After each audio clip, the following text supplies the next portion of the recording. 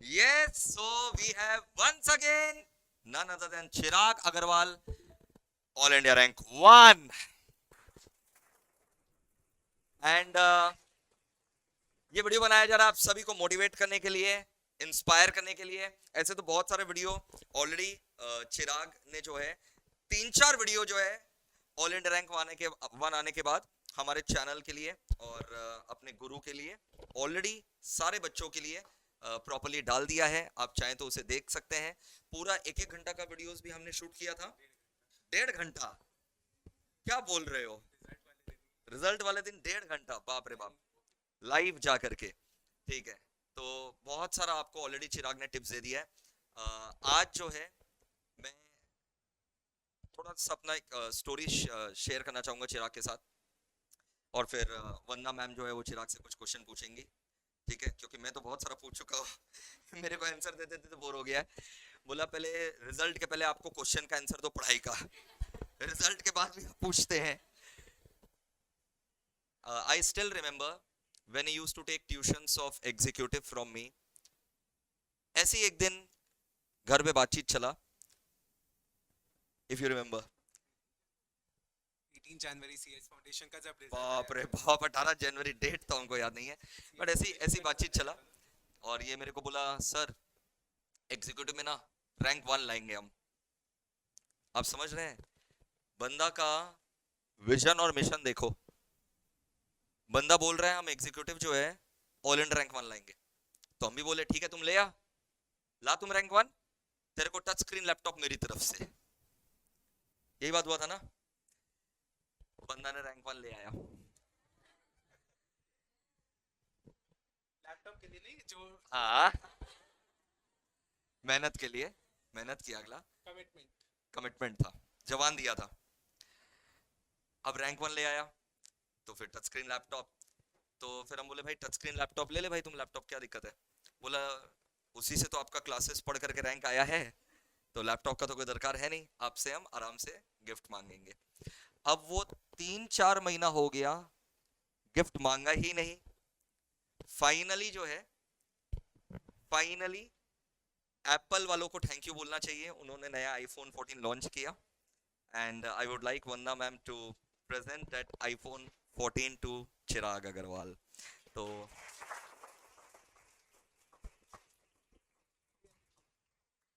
हाँ, दोनों शेयर करेंगे अपने।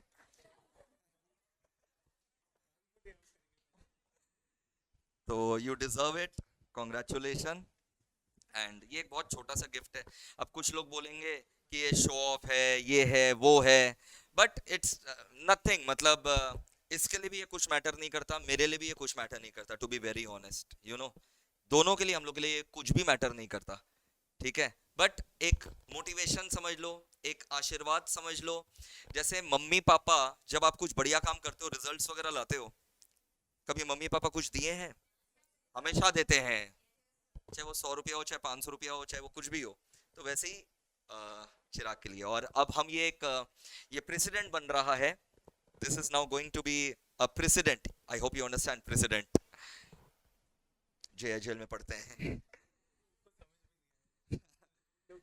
नहीं नहीं, चलो मिसाल मिसाल समझ लो एक, कि अब से हमारे MEPL फैमिली में जिसका भी रैंक 1 आएगा, उसको हम लोग जो है या तो टच स्क्रीन लैपटॉप, या फिर आईफोन, या अगर उसको और कोई फोन पसंद है, जैसे हमको सैमसंग पसंद है, तो उसको वो मिलेगा एक एज अ गिफ्ट। ठीक है, और बाद बाकी जो भी रैंक्स आते हैं उनको तो हम लोग स्कॉलरशिप, फेलिसिटेशन, वो सब मान सम्मान सोसाइटी में उनको तो हम लोग पूरा कोशिश करते हैं कि मिले, बिकॉज दे डिजर्व इट। जो बच्चे क्लियर नहीं करते वो भी इंस्पिरेशन ले। और नेक्स्ट हम, इनफैक्ट अभी जो हम लोग का एग्जीक्यूटिव का रिजल्ट निकला, प्रोफेशनल का रिजल्ट निकला, प्रोफेशनल कोर्सेज का रिजल्ट निकला, उसमें बहुत सारे बच्चे ऐसे हैं जो पिछले अटेम्प्ट में फेल थे। आप इंटरव्यू देखिएगा, यूट्यूब पर डाला हुआ है। यस, पिछले अटेम्प्ट में फेल और इस अटेम्प्ट में पास नहीं, ऑल इंडिया रैंक। तो गलती होता है इंसान से, बट उसे सीखना, जो कमी रह गया था उसको सुधार करना, that's a hallmark of a true winner. लेकिन अगर बहुत सारे बच्चे ऐसे होते हैं जो फेल हो गए, वो कभी एक्सेप्ट ही नहीं करेंगे कि उनके एफर्ट्स में शायद कुछ कमी रह गया हो।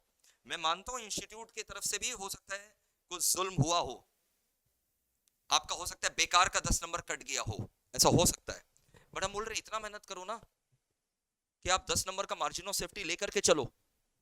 अल्टीमेटली आपको इस बात का तो एंटरप्रेन्योर या एम्प्लॉयर पैसा नहीं देगा ना कि नहीं नहीं तुम्हारे साथ गलती हुआ, 10 नंबर तेरा बेकार का कटा, आजा आजा आजा, नहीं देगा भाई, वो पैकेज नहीं देगा वो। This is harsh reality. तो अल्टीमेटली अपने को जो है ना, हमेशा इंप्रूवमेंट और हमेशा पॉजिटिविटी की तरफ बढ़ते जाना है। खासकर जो बच्चे फेल हुए या जिनका भी टर्म ड्यू है, उनको तो ऐसा टारगेट रखना चाहिए कि जितना मैंने पढ़ाई कर रखा है अब तो यहां से प्लस ही होना है, माइनस होने का तो कोई सवाल ही नहीं है। खासकर रिपीटर्स, उनको तो ऐसे एटीट्यूड रखना चाहिए, अब तो मेरे पास एक्सपीरियंस भी है, एक बार तो एग्जाम माहौल में भी देख लिए, एक बार तो पागलों की तरफ पढ़ भी लिए, तो यहां से तो प्लस ही होना है, माइनस होने का तो कुछ चांस ही नहीं है। मैं ये नहीं बोल रहा हूं कि रिपीटर बन करके ये महसूस करो फिर प्लस करो, मैं बोल रहा हूं अगर बाई चांस टर्म लग गया, इससे कोई मैटर नहीं करता, कुछ भी मैटर नहीं करता, ट्रस्ट में। और आज चिराग का ऑल इंडिया रैंक 1 जो है ना, मैं इसके मुंह पर बोल रहा हूँ, ये इसको भी पता है, मैंने भी बोला इसको, ये रैंक 1 भी मैटर नहीं करेगा लॉन्ग रन में। जो मैटर करेगा इसके अंदर जो नॉलेज है, जो कूट कूट करके भरा हुआ है इसके अंदर, कोई रट्टाफिकेशन करके रैंक नहीं आया है, तो जो नॉलेज है वही लॉन्ग रन में मैटर करेगा। Rank 1 will also not matter. Yes, माहौल थोड़ा सा टेंस हो रहा है, क्या बात है या Chirag and then Vandana ma'am.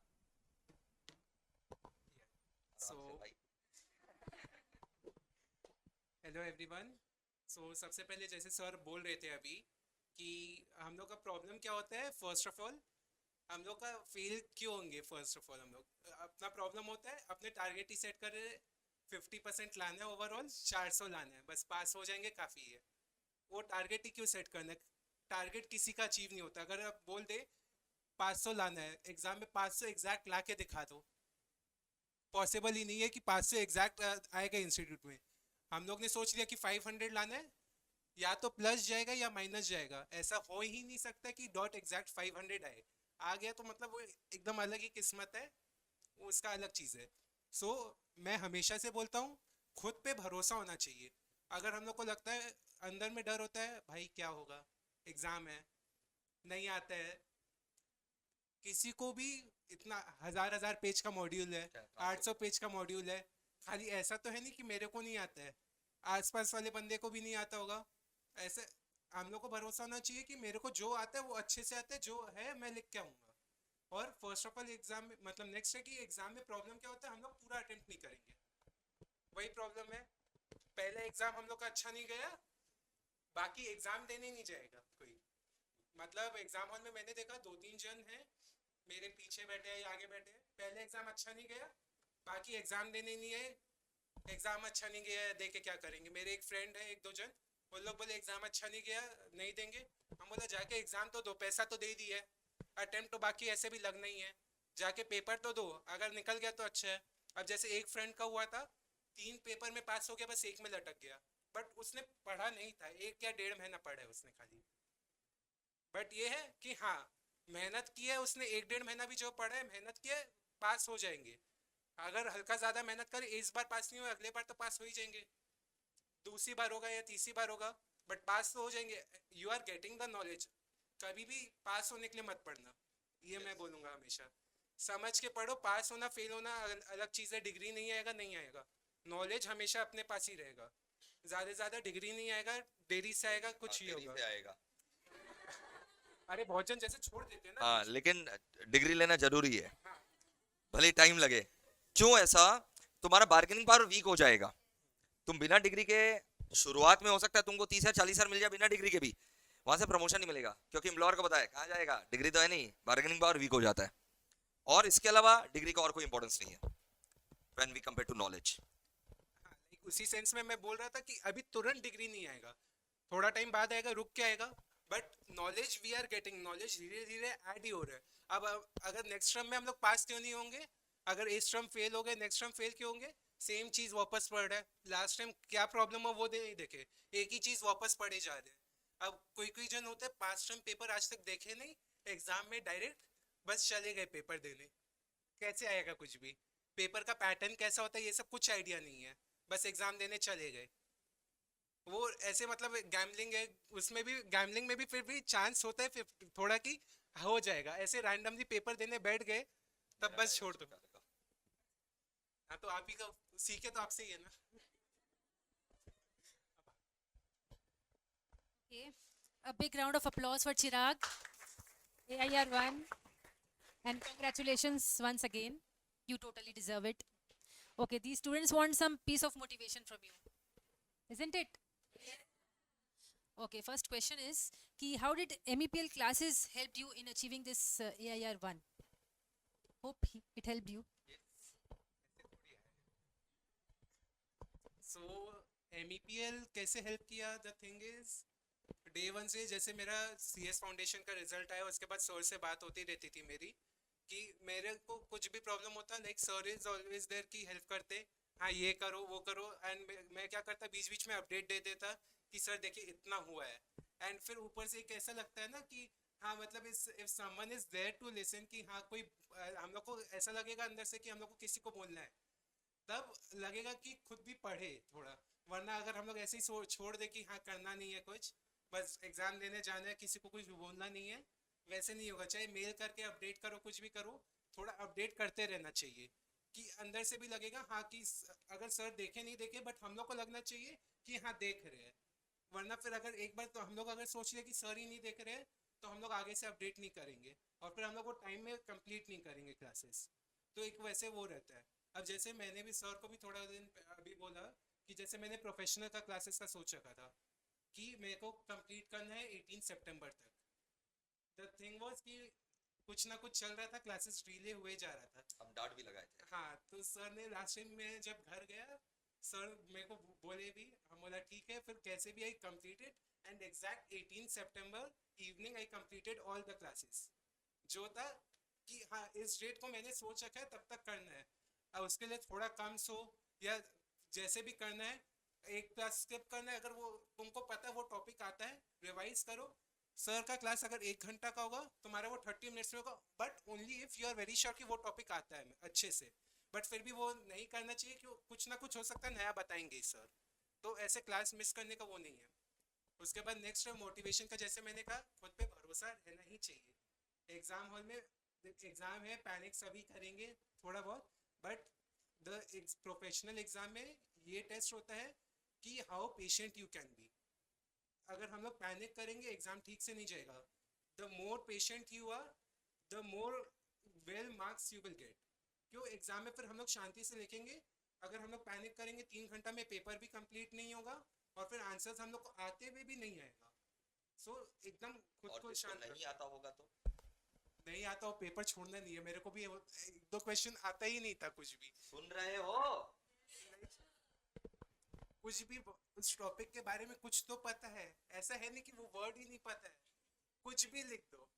Sir मेरा कंपनी लॉ का हम सर को आंसर शीट भेजा तो मेरा लिटरली मेरे को 2-3 क्वेश्चन याद नहीं था, बस ये था कि प्रोविजन टूटा टूटा याद है, एक प्रोविजन मैंने थोड़ा गलत भी लिख के आया, बट हाँ लिख के आया, ब्लैंक छोड़ेंगे एग्जामिनर जो मतलब चेक कर रहे हैं उसको क्या लगेगा तुमको आता ही नहीं है, मतलब उसको ये है at least you are completing the work assign to you, एक तरह से ये हो गया।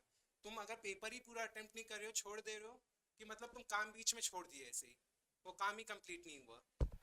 और एक बात जो मेरे को चिराग का बहुत अच्छा लगा, ये जब मैसेज करता है अगर मैं रिप्लाई नहीं करूं, पॉसिबल है 90% चांसेस है कि रिप्लाई नहीं करूंगा, क्योंकि उसका एक अलग से टेलीग्राम ग्रुप बना हुआ है डाउट्स का, मेल के थ्रू आता है, तो आई मतलब मैं व्हाट्सएप खोलता हूँ करके व्हाट्सएप पूरा पहुंचा रह जाता है, फिर मैं एक जन को देता हूँ कि इसको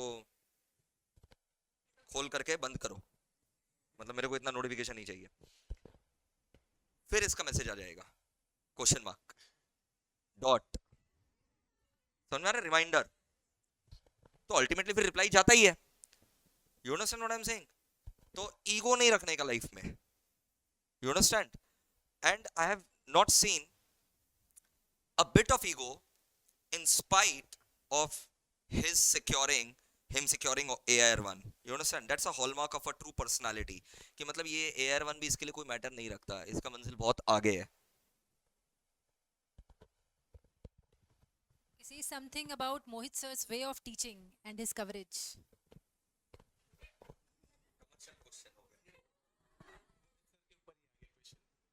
So move to next question. हमको भी जानना है. ये हमारे नए नए डायरेक्टर साहब आए हैं बोर्ड पे. टीचर लोग का इवैल्यूएशन चल रहा है. नौकरी खतरे में है भाई, ठीक से बताओ. नौकरी का सवाल है. MEPL के डायरेक्टर हैं. सब मोहित सर से यहाँ बैठे हैं तो सब मोहित सर से पढ़े ही होंगे, तो सबको पता ही है कैसे पढ़ाते हैं. The most lovely subject which I think is company law. वो जैसे पढ़ा लॉ, स्पेसिफिकली कंपनी लॉ. तो कंपनी सेक्रेटरी हो ना तुम. एक बात और, company secretary is known for what? Company law. अब जैसे मैं इसका JHL का पेपर देख रहा था, मैंने तुम्हारा JHL का पेपर ना इन लोगों को भी दिखाया था. अनफॉर्चुनेटली वो रिकॉर्ड नहीं हुआ. मैं बहुत जल्द उसका रिकॉर्डिंग यूट्यूब पर डालूंगा. 53 आया तुम्हारा. 53 बोलेंगे. 53. अब JHL का इसका पेपर, वो एवरेज मार्किंग जो होता है ना, 5 में 2, 5 में 3, तो इसलिए चिराग बोल रहा था कि कोई क्वेश्चन छोड़ के मत आना, क्योंकि जो तुमको आता है तुम सही लिख रहे हो. अगर वहां 5 में तुमको 3 ही मिल रहा है, जबकि मिलना चाहिए था 5 में 5, बट इंस्टीट्यूट देता नहीं है. पता नहीं क्या मतलब, नहीं समझा मतलब. तुम word to word comma full stop के साथ IC से मैट का भी लिखेगा ना, तुमको 5 में 5 नहीं देगा, 5 में 3 ही देगा. अगर एवरेज चेकिंग होने का चांस है, और हुआ भी था JHL में, 5 में 3 दे दिया, तो जो नहीं आता है, जो इसको नहीं आता है एग्जामिनर, तो उसमें भी 5 में 3 देगा ही. तो इसलिए छोड़ करके नहीं आना है. लाइक JIGL का ही पेपर हुआ था जो मेरा बेस्ट गया था. वो JIGL का सो एग्जाम मार्कशीट जब आया वही मेरे को शॉकिंग लगा. JIGL का पेपर देने के बाद आई वाज लाइक 95 प्लस पक्का सब आता है मेरे को. हम सर को भी ये बोले. सो वही होता है, कहाँ से कहाँ मार्क्स पहुंच जाएगा कोई वो नहीं है. इसलिए टारगेट हमेशा ऊपर का सेट रहना चाहिए. अगर बॉर्डर लाइन का सेट करोगे नीचे जाना ही है. लास्ट क्वेश्चन कि आप लाइव एट होम और रिकॉर्डेड क्लासेस भी कर रहे हैं, राइट? सो उसमें भी क्या वैसा फील आता है कि सर आपके सामने ही है, कि नहीं फील आता है? लाइव एट होम में फर्स्ट ऑफ ऑल मैं बोल देता हूँ कि जैसे मेरा कॉलेज का टाइमिंग्स है वैसा बहुत ऑड है. तो लाइव एट होम मैंने किया कितना 25 या 30 मिनट. फर्स्ट डे था तो मेरा कॉलेज नहीं था. सर ने बोला था कि आना, हम बोला ठीक है आएंगे सर पक्का. सो 25 to 30 minutes I could attend live at home batch. और हाँ, उसके बाद कॉलेज भागे. तो लाइव एट होम मैंने कभी नहीं कर पाया मैं. उसके बाद रिकॉर्डेड क्लासेस का वही होता है कि if you are patiently listening, सामने वाले टीचर पढ़ाने क्या चाह रहे हैं, यूट्यूब हो या कुछ भी हो, अगर टीचर भी वैसे टीचर किस वे में पढ़ा रहे अगर सुने, सर एग्जाम्पल्स वैसे देंगे, प्रैक्टिकली कनेक्ट करेंगे, इलस्ट्रेशंस देंगे, तो अपने आप एक इंटरेस्ट आता है कि हाँ सुनना है. और ऐसा नहीं, फिर ये नहीं लगता कि वीडियो देख रहे हैं या सामने है. सामने रहते तो फिर भी और ज़्यादा होता है कि थोड़ा उबासी ले लिए, अलग वो एक डर रहता है कि हाँ सर और झाड़ेंगे. सामने ही होता है. इन लोगों को कुछ नहीं करता है. सर पर एग्जीक्यूटिव का हम लोग के पास ना पुराना रिकॉर्डिंग आया था जब फेस टू फेस बैच होता था, तो पता है उसमें सर वीडियो स्टॉप करा के बोलते थे. अभी वीडियो भी स्टॉप नहीं करते. हाँ, थोड़ा डर बना रहना चाहिए. हाँ. तो वही है उसमें. तो ऐसा नहीं लगेगा कि मतलब अलग से पढ़ा रहे या कुछ, बट फेस टू फेस में बल्कि ये होता कि बगल में फ्रेंड बैठा है, बात कर लेते हैं 2 मिनट, थोड़ा ज्यादा माइंड डाइवर्ट. हाँ, अरे मतलब एक हो जाता है ना, मन में कुछ चलता रहता है, डाइवर्ट हो ही जाता है. बट क्या होता है रिकॉर्डिंग में एक फायदा होता है, कोई डिस्टर्ब ऐसे करने वाला नहीं. दोनों कान में ईयरफोन लगाया, बगल में जो हो रहा है उससे मतलब नीचे आग लगे कुछ हो, क्लास चल रहा है, दूसरा दुनिया में पहुंच जाते हैं. वही है. Thank you so much. And very soon we'll be meeting with Chirag